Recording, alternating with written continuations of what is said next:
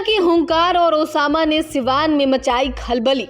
2024 में बड़े खेल की सुगबुगाहट।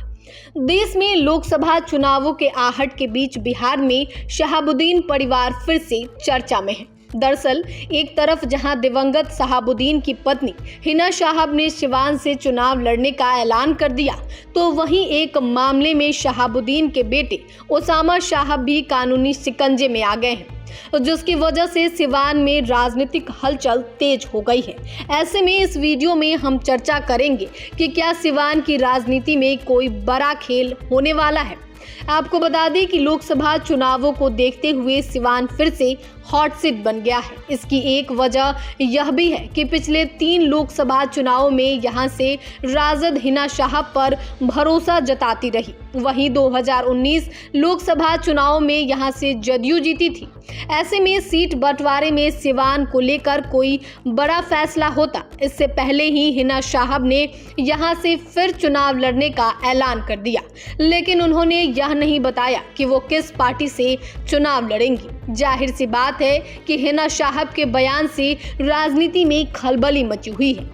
वहीं अब शहाबुद्दीन के बेटे ओसामा भी कानूनी शिकंजे में आ गए हैं। हालांकि कानून सभी लोगों के लिए समान होता है, लेकिन जब चुनाव नजदीक हो तो मामले में कोई न कोई चुनावी एंगल की चर्चा शुरू हो जाती है। कुछ ऐसा ही हिना शाहब और ओसामा से जुड़े मामले में देखने को मिल रहा है। दरअसल हिना शाहब का सिवान से चुनाव लड़ने का ऐलान करना सुर्खियों में था, लेकिन उससे भी ज़्यादा चर्चा इसकी थी कि क्या वो राजद से किनारा कर सकती हैं। देखें तो बाद में पप्पू यादव ने भी हिना शाहब को समर्थन देने का ऐलान कर दिया, जिसकी वजह से सिवान में महागठबंधन के लिए मुश्किलें खड़ी होती दिख रही थी।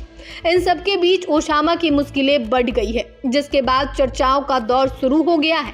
खैर सच्चाई जो भी हो, लेकिन जिस तरह से हिना शाहब को राज्यसभा भेजने के लिए उनके समर्थकों ने जोर शोर से आवाज बुलंद किया था, उससे ऐसा महसूस हो रहा है कि लोकसभा चुनाव में शहाबुद्दीन समर्थक हिना शाहब के विरोधियों को बड़ा झटका दे सकते हैं। देखें तो लालू यादव और शहाबुद्दीन के गठजोड़ का सिवान में विरोधियों के पास कोई तोड़ नहीं था, लेकिन शहाबुद्दीन के जेल जाने के बाद से लोकसभा चुनाव में सिवान में राजद को अभी तक जीत नहीं मिली है। पर 2024 को लेकर सिवान में हलचल तेज होने की एक वजह यह भी है कि 2019 लोकसभा चुनाव में यहां से जीतने वाली जदयू महागठबंधन में है, इसलिए सिवान किसके हिस्से में आएगा इस पर अभी कुछ कहा नहीं जा सकता है। हालांकि हिना शाहब ने अपना रुख साफ कर दिया है।